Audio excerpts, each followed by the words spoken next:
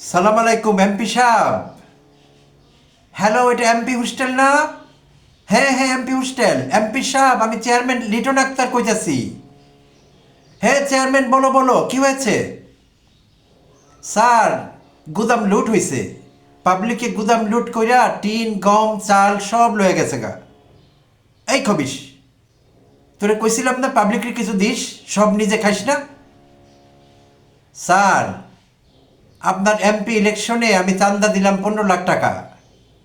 আপনি এখন মন্ত্রী হইবেন, দিলাম আরো 5 লাখ। তো আমার পুঁজি এই পর্যন্ত 20 লাখ।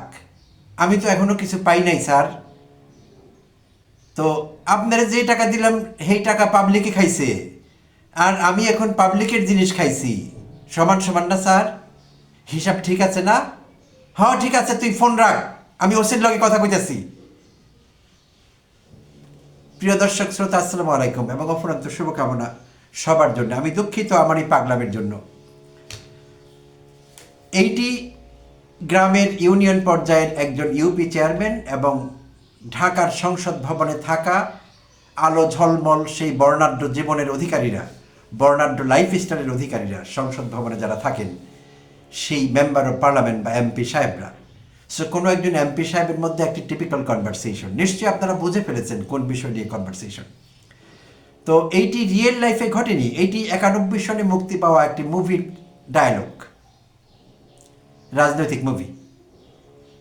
যেই মুভিতে রাজনীতির দুর্বৃত্তায়ন, অথবা অন্যভাবে বলতে গেলে দুর্বৃত্তায়িত রাজনীতি খুব সুন্দরভাবে ফুটে উঠেছে। সেই মুভির একটি ডায়লগ 91 সনে আমি মুভিটি দেখেছিলাম।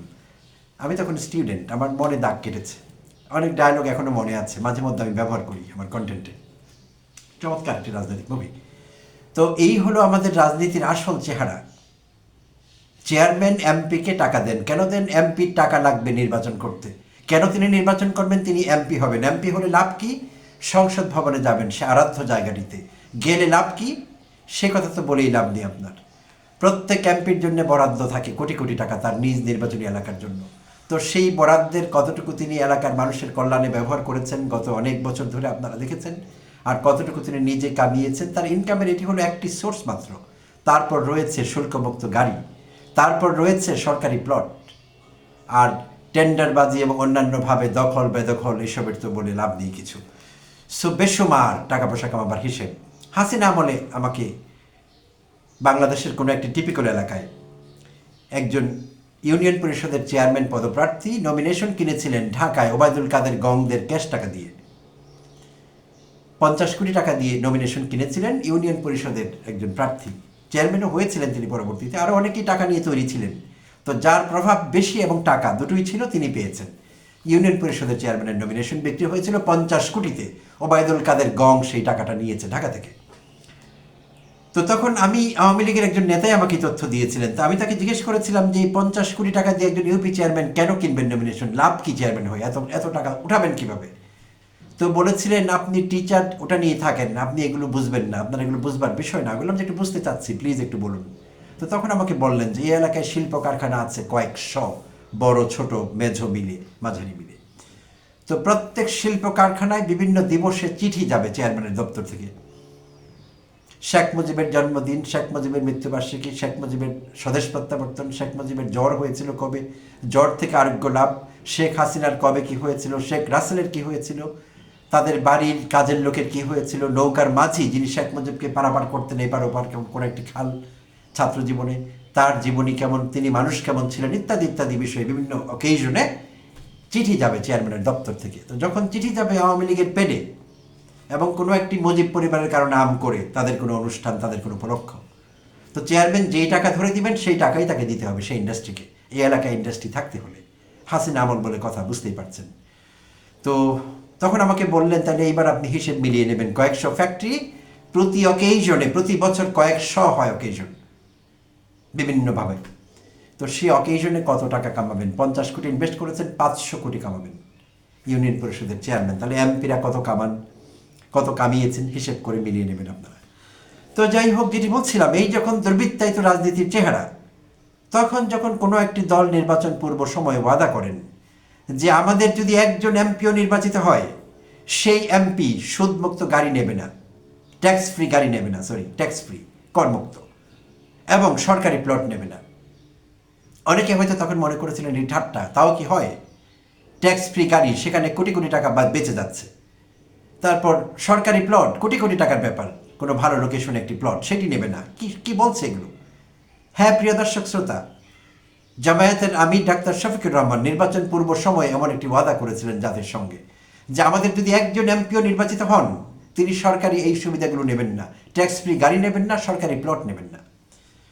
তো সেই কথার পুনরাবৃত্তি আজ আবার হলো। সুনামগঞ্জ 2 আসন থেকে জামায়াত মনোনীত প্রার্থী সুপ্রিম কোর্ট অ্যাডভোকেট শিশির মনির তার নিজস্ব ভেরিফাইড ফেসবুক পেজ থেকে একটি পোস্ট দিয়েছেন আজ সোমবার 16 ফেব্রুয়ারি। তো সেই পোস্টে তিনি সেটি উল্লেখ করেছেন, জামায়াত আমিরের দেয়া প্রতিশ্রুতি কিংবা ওয়াদা তিনি পুনর্ব্যক্ত করেছেন। তিনি বলেছেন যে আমাদের দলের এমপিরা ট্যাক্স ফ্রি গাড়ির সুবিধা ভোগ করবে না, তারা সরকারি প্লট নেবে না। অবিশ্বাস্য, তাই না? সুপ্রিয় দর্শক শ্রোতা, কেন আমি এই তুলনাটি এখন নিয়ে এসেছি? দুর্বৃত্তায়িত রাজনীতির বিপরীতে রাজনীতির আরেকটি চিত্র। এখন নির্বাচন হয়ে গেছে, ফলাফল ঘোষিত হয়েছে। এই ফলাফলে বিএনপি মহাখুশি, কারণ তারা কাঙ্ক্ষিত ফলাফল অর্জন করেছে। কাঙ্ক্ষিত বলা ঠিক হবে না, প্রত্যাশার বাইরে আসলে তারা যা করেছে। মাঠ পর্যায়ে আমরা যা দেখেছি, আমরা যা শুনেছি, আমাদের যা ফিল ছিল, আমরা তাতে করে যেটা বুঝেছিলাম যে বিএনপি খুব ভালো করতে পারবে না। তারা যেমনটা আশা করেছে, যেমনটা আওয়ামী লীগ আশা করেছিল 91 নির্বাচনে, তারা খুব ভালো করবে, সরকার গঠন করে ফেলেছিল মনে মনে, কিছু হয়নি। বিএনপি চলে এসেছিল ভালো মার্জিনে। তো ঠিক তেমনভাবে অনেকের আশঙ্কা ছিল যে জামায়াত যে কোনো কিছু করে বসতে পারে, সরকার গঠন করবার মতো ভোটও তারা পেয়ে যেতে পারে। এরকমই ছিল বিষয়টি, জনপ্রত্যাশা। সেটি হয়নি, বিপরীত হয়েছে। তো যাই হোক, তো এখন বিএনপি মহলে মহা ধুমধাম, মহা খুশি, সবাই খুশিতে বাকবাকুম, ফাইন, হতেই পারে, তারা বিজয়ী দল। আর জামাত ইসলামের নেতাকর্মীরা সতর্ক প্রতিক্রিয়া দিচ্ছেন, অনেকেই খুশি না, তৃণমূল পর্যায়ে বিশেষভাবে। তো উচ্চ পর্যায়ে তাদের যে কেন্দ্রীয় কমিটি কিংবা মজলিসের শুরা, যেটি বলি না কেন আমরা, নীতি নির্ধারণী মহল, তারা বিষয়টি সহনীয় পর্যায়ে রেখেছে। তারা চাইলে অনেক কিছু করতে পারতেন, উস্কানি দিতে পারতেন, পরিস্থিতি ঘোলা করতে পারতেন 12 ফেব্রুয়ারির পরে। তারা সেই রাস্তায় হাঁটেননি। চমৎকার ধৈর্যশীল ভূমিকা পালন করেছেন তারা, গণতান্ত্রিক মেজাজ দেখিয়েছেন, যেটি অপ্রত্যাশিত, বাংলাদেশের রাজনীতিতে এটি হয় না। তো সীমিত কিছু অবজারভেশন তারা দিয়েছেন, কোনো কোনো আসনে তারা নির্বাচনে ফলাফল কারচুপির অভিযোগ করেছেন, এবং তারা আনুষ্ঠানিক অনুরোধও জানিয়েছেন নির্বাচন কমিশনকে বিষয়গুলো খতিয়ে দেখবার জন্য। অন্তত 32টি আসনে তারা ভোট পুনর্গণনা চাইছেন। তো এই যখন অবস্থা, এবং বিএনপিরও বিভিন্ন পর্যায়ে, তাদের থিঙ্ক ট্যাঙ্ক পর্যায়ে চিন্তাভাবনা, গবেষণা হচ্ছে, জামায়াত যতটুকু ভালো করেছে কিভাবে করলো, এত ভোট কিভাবে পেল, এবং 77টি আসন এককভাবে 68টি কিভাবে পেল, তারা গবেষণা করছে। তাদের মধ্যে এক ধরনের গবেষণা আছে, আমরা জানি, চলছে। অন্য মহল গবেষণা করছে, এমনকি সেকিউলার যে মহলটি আছে, তারাও গবেষণা করছে জামায়াতের উত্থান, কেন এরকম উত্থান হলো, পেছনে কোন কোন জিনিস কার্যকর ছিল, কন্ট্রিবিউটিং ফ্যাক্টরসগুলো কী কী, এইসব বিষয় নিয়ে আলোচনা, গবেষণা সব কিছুই কিন্তু চলছে। তো এই বিষয়টি কি কেউ আমলে নিয়েছে? এই গবেষকদের কাজ আমি একটু সহজ করে দিচ্ছি। এই লোভ সামাল দেয়া কি সোজা কথা? প্রচলিত রাজনীতিতে এটি ঘটে। ট্যাক্স ফ্রি গাড়ি চাই না, সরকারি প্লট চাই না, কি ভয়ঙ্কর কথা, কি ভয়ঙ্কর উপলব্ধি, কি ভয়ঙ্কর ওয়াদা, কি ভয়ঙ্কর প্রতিশ্রুতি, বিশ্বাস করবার মতো না। কিন্তু অবিশ্বাস্য হলো এটি সত্যি। তারা তাদের সেই ওয়াদা পুনর্ব্যক্ত করেছেন, শিশির মনির পুনর্ব্যক্ত করলেন জামায়াত আমিরের দেওয়া সেই ওয়াদা, এবং তারা এই সুবিধাগুলো নেবেন না। তো জামায়াত ইসলাম প্রচলিত রাজনীতি করে না, এটি আমাদের দেখা আছে, জানা আছে।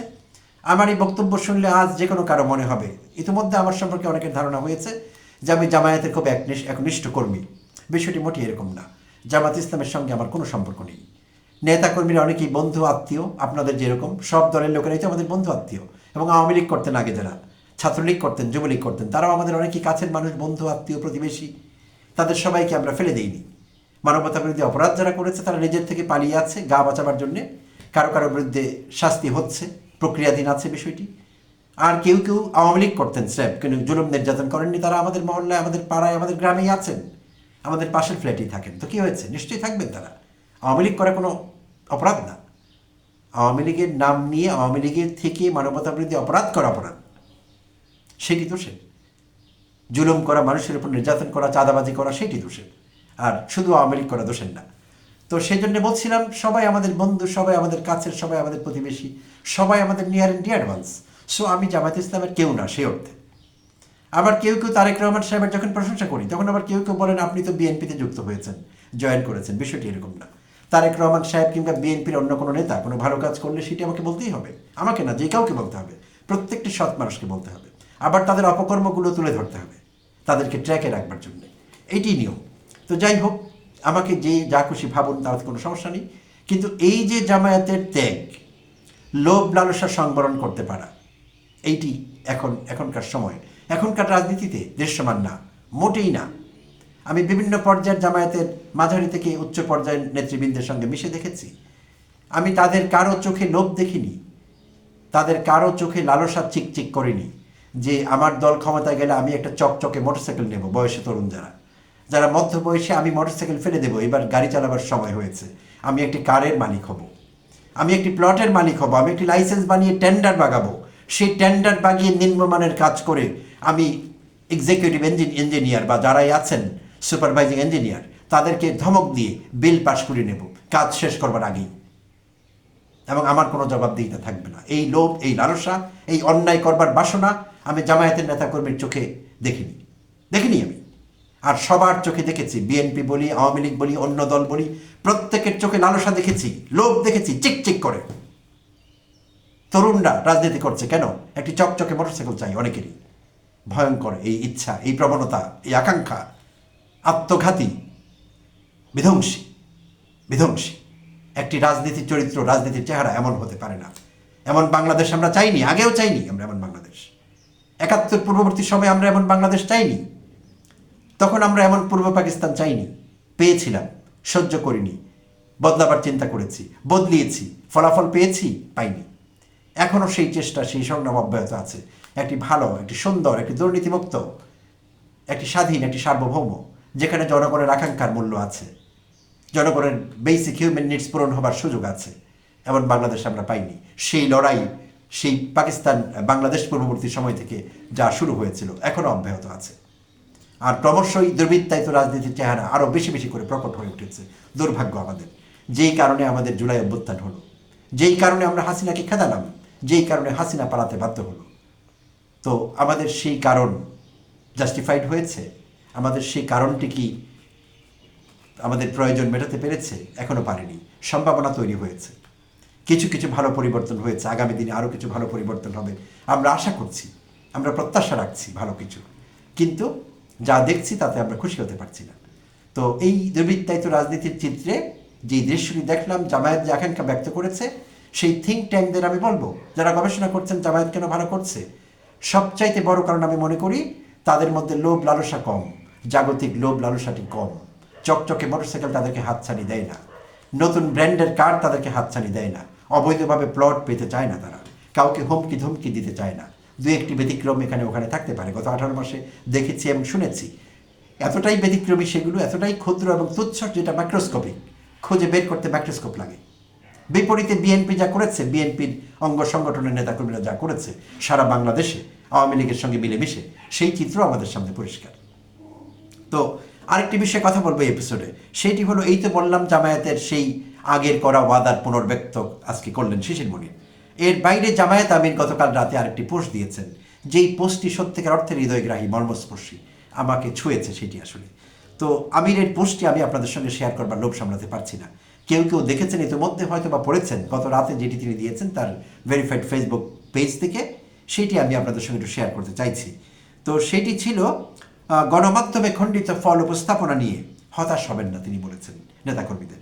গণমাধ্যমে খণ্ডিত ফল উপস্থাপনা নিয়ে হতাশ হবেন না জামায়াত আমির। একটু শেয়ার করছি আপনাদের সঙ্গে, আমাকে স্পর্শ করেছে সত্যিকার অর্থে।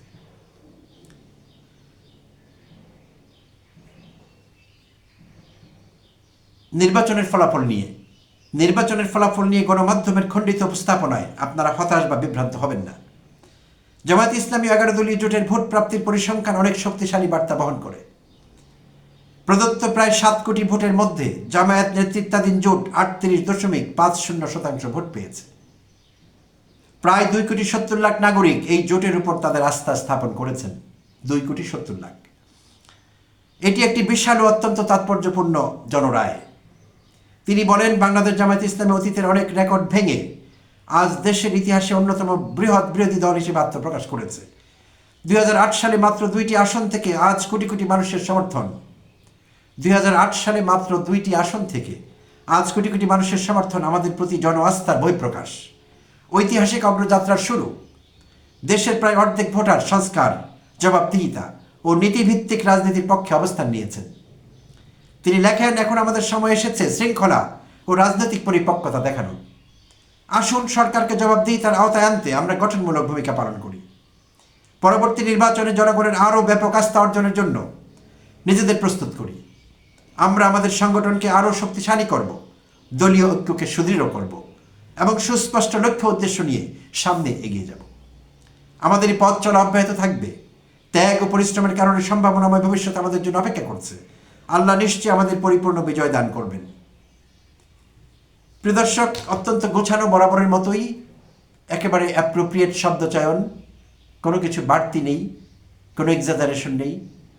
অ্যাচিভেবল গোলের কথা বলেছেন, যেই গোলটি অ্যাচিভেবল, অর্জনযোগ্য। ভালো লেগেছে এবং আমি বিশ্বাস করি এই জাতীয় পোস্টগুলো জামায়াত নেতাকর্মীদের উজ্জীবিত করছে এবং করবে। প্রিয় দর্শক, এইটুকুই ছিল এপিসোডে। সঙ্গে থাকবার জন্য কৃতজ্ঞতা জানবেন। আবারও দেখা হবে অন্য কোনো এপিসোডে।